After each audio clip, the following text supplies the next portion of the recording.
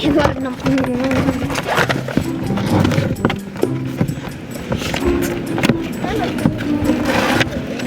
¿Qué? ¿Todo bien?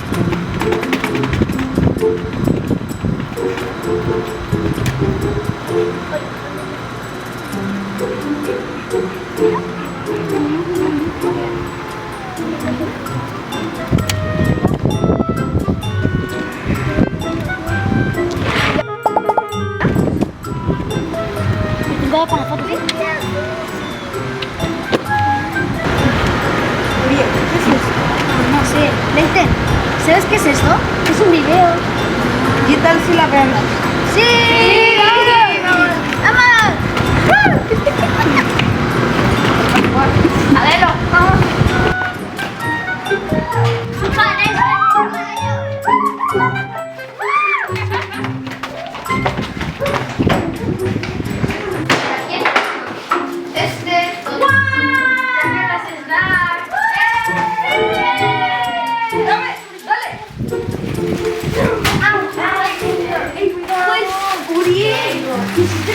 ¡No quiero!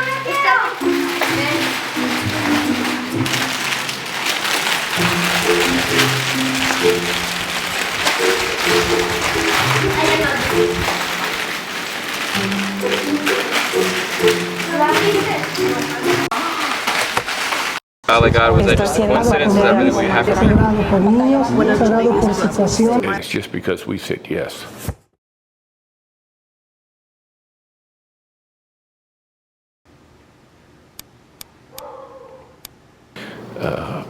My wife and I were in a small church in Tomball, Texas, and I felt God speak to me, and he had a question. Well, the first question was, did I hear that lady speaking give a message? And I said, yes, sir. And he said, you too will speak a different language. You'll speak Spanish. And I answered him out, yes, sir. But I didn't realize that no one else was actually hearing what he was saying, and that he was speaking directly to me. And I answered him aloud, and I just said, he said, didn't you tell me you would go wherever didn't you, Gator, tell me you would go anywhere I told you to go? And I said yes, and he said, go to Mexico. And that was all he needed to say. And after that, there wasn't a whole lot more decision to do it. It was the word yes, is what we needed to say. And as God touches your hearts, anybody in this room, doesn't matter how old you are, whatever you are doing, if you'll do what God will tell you to do, and if you will say yes to what he asks you to do, I think you will see more amazing results than you ever thought was possible. And it was not always easy. There's a lot of sad stories along the way, but when you know you're doing what God wants you to do, you can keep on trucking. No, it doesn't matter what's going on or what it looks like. And the first thing we did, we worked for my in-laws, which is Deanna's mom and dad, which is something I made a conscious decision before I ever met Deanna, that I'd never worked for my father-in-law, not even know who he was. That only losers work for their father-in-laws, and so I was a good loser. I worked for my father-in-law, and working with family as Micah, as Roberto, my daughter Opal, in the ministry, it's not always easy, but it's something that sometimes goes on, and I learned a lot from my in-laws, and we started out helping them at a children's home in Reynosa. We had anywhere from 30 kids to 50 kids with no electricity, and it was sometimes very difficult when you would find kids shoved into a closet. They're just trying to stay warm because there's no heat, and it happens to be one of those freak cold spells that comes through, and the ice was everywhere. And wanting something better for those children, but at that time we weren't. I'm going to say we weren't in control, but that it just wasn't available. I'm going to put it that way. And my in-laws did the best job they did. And like I said, they were instrumental in giving us a foundation. I'm going to say knowing what we thought we needed to do in the future, and so we're thankful for them. We ended up parting ways with them, and we went to a children's home up in Granbury, Texas, right outside of Houston, Dallas, and we stayed there for 2 years. Tuve la fortuna de ser el primer niño que recibió papi y mami en Casa Hogar Benito Juárez. Te podría decir que fungieron el papel de padres para nosotros. Tengo muchas experiencias, una de ellas es de que cuando me tenía que castigar, creo que de todos los niños papi se pegaba a él solo y me decía que llorara para fingir que me habían castigado a mí. Con mami tengo mucho la experiencia o el recuerdo de la escuela, como fue muy dedicada conmigo, a pesar de que yo era un niño de 5. Después de tener el cobijo de mami en la escuela, ya terminé siendo un niño de 9.7 para arriba. Y pues entre muchas experiencias que viví ahí, en recuerdos que tengo con Maika, con papi y mami, sí es lo que más puedo resaltar, el amor que nos dedicaban a nosotros. Yo tengo recuerdos muy vagos de mi papá. Cuando estuvo papi con nosotros, realmente nunca deseé tener un padre. Siempre me llenó ese vacío de padre. Y eso lo agradezco bastante. Siempre fue el hombre al cual yo podía ir cuando necesitaba algo.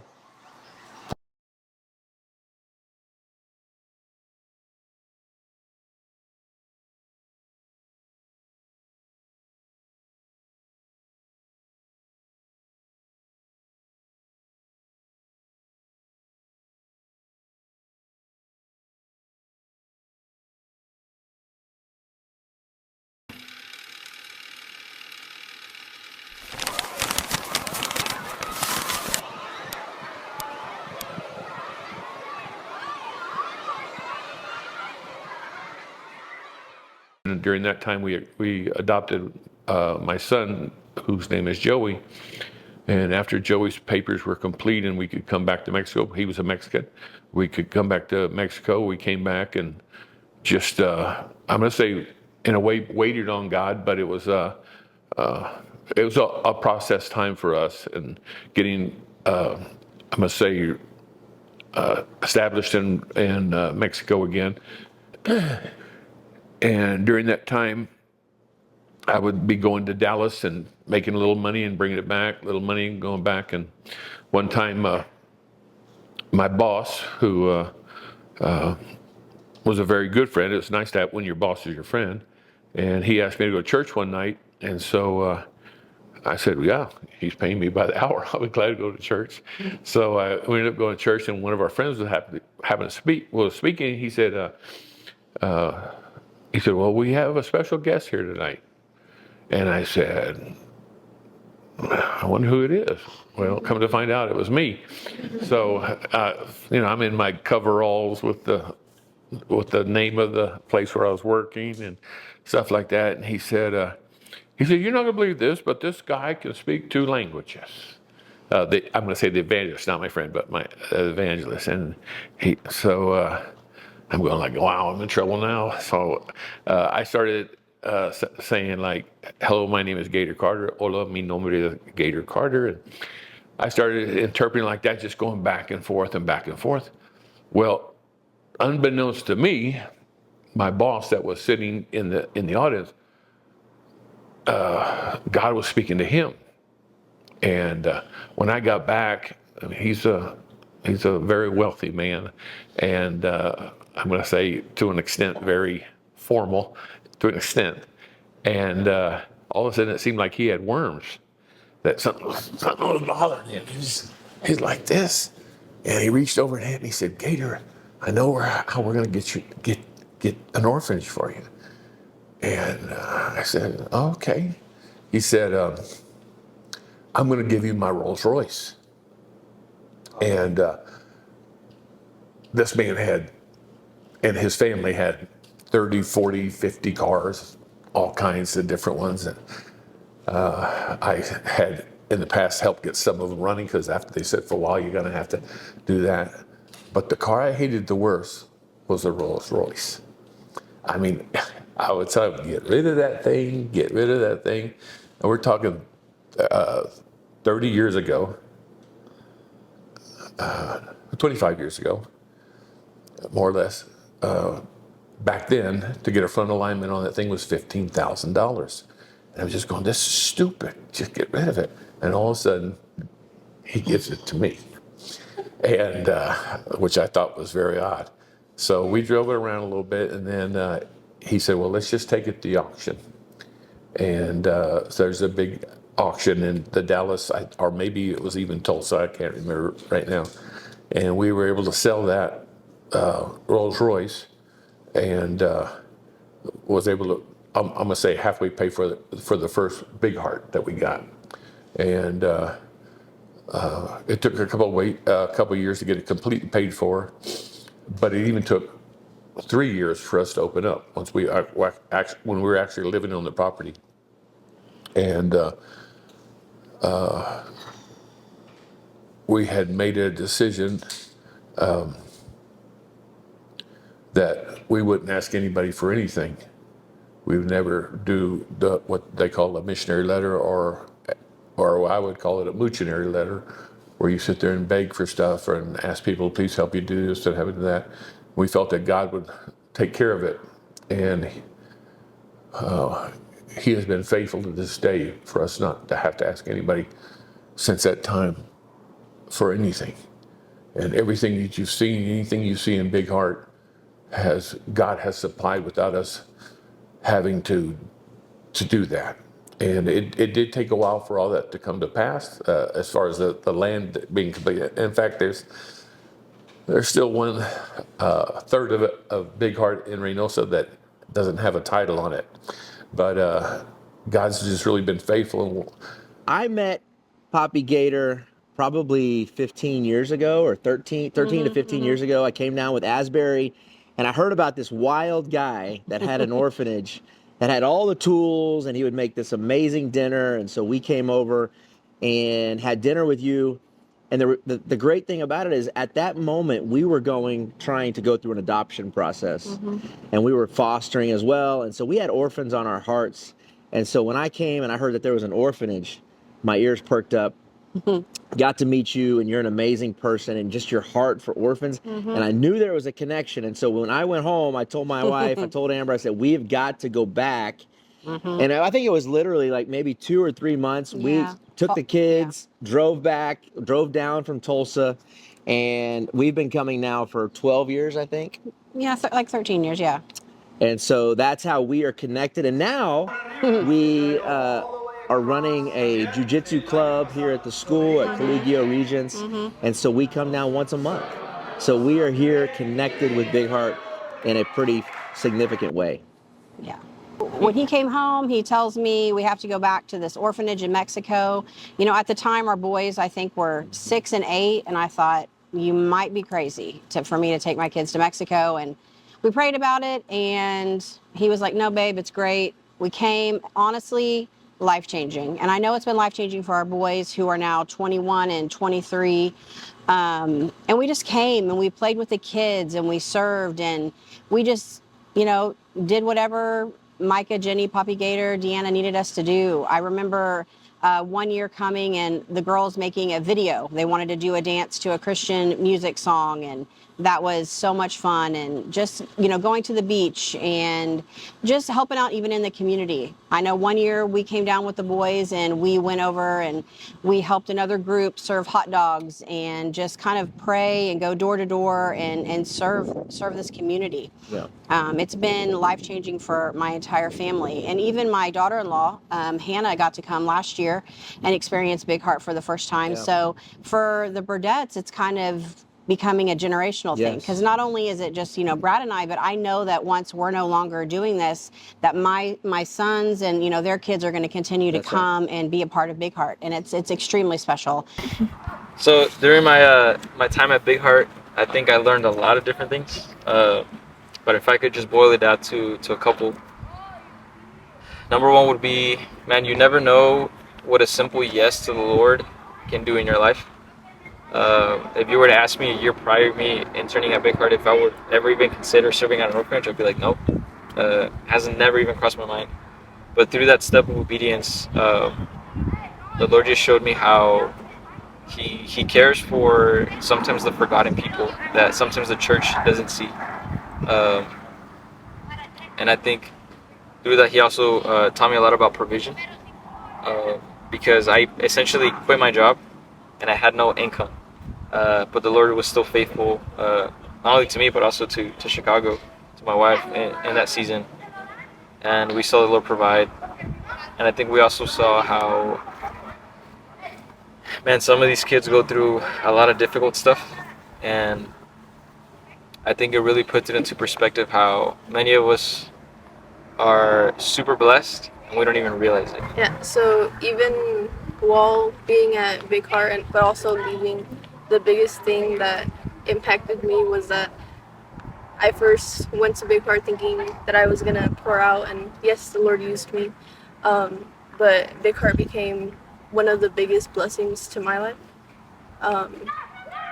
Specifically, there's moments that the girls would tell me to wake them up at 5 something in the morning to read Bible, and just seeing that they would wake up that early to just spend time with God, that really impacted me, because like you don't really see that, seeing their hearts.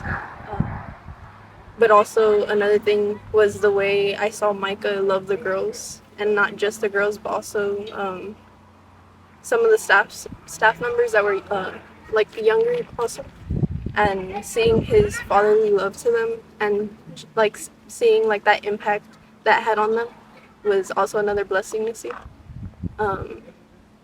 But like leaving Big Heart, it just softened my heart like back home, and like it just showed me a different way to love people and to be intentional with people. What motivated me to go serve at a Big Heart Orphanage was simply, I think, as a believer, as a Christian, as you start growing in your faith, there starts to grow within your heart, within yourself, a wanting to serve and a wanting to go outside of your comfort zone. And I had been feeling that tug from the Lord for a while to just serve outside the church. And I would read the scriptures, and it would talk about how the disciples would travel and how they would talk about even just the Great Commission about going into the nations. And I would always wonder if that could be me. And again, one day that time came for me to be able to do that by just simply going over to Reynosa, Mexico, and just serving at Big Heart. And when that opportunity presented itself, the Lord had already been tugging at my heart, so He had prepared me for that moment in time. And that's really just what it was, just reading the Word and just hearing from God, and then just knowing that it was an orphanage. And I was like, man, I've never seen one, I've never been a part of one, but I was very moved to be able to give back, especially knowing that there's people out there, kids out there that are lacking the fatherhood and the house and the home. So yeah, I was just moved by everything about it. Lo mejor que recuerdo en Casa Hogar es la convivencia con mis amigos, con mi generación, ¿verdad? Pues los tiempos que estuvimos jugando y pues disfrutando la Casa Hogar en sí. Todo lo que nos han enseñado, se lo he podido enseñar a mis niñas, a mis 2 niñas. Como todo el cariño que nos dio papi y mami, la educación. Realmente empecé a vivir una vida diferente, una vida mejor, porque realmente no tenía una estabilidad cuando no estaba aquí adentro.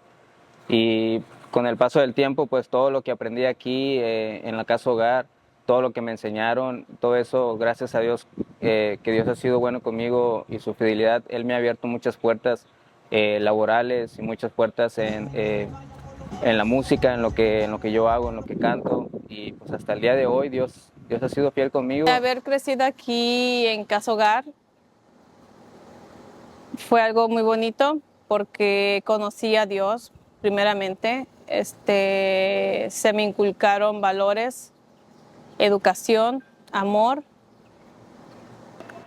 Mis recuerdos más valiosos son pues el tiempo que compartíamos con los grupos de americanos que venían y estaban con nosotros y compartían momentos. También las noches de oración que teníamos en el cuarto de jugar. Creo que eso era algo que nos ayudaba mucho. Las escuelitas de verano que teníamos también. Creo que esos son los recuerdos que más atesoro porque siempre estuvieron pues al pendiente de nosotros.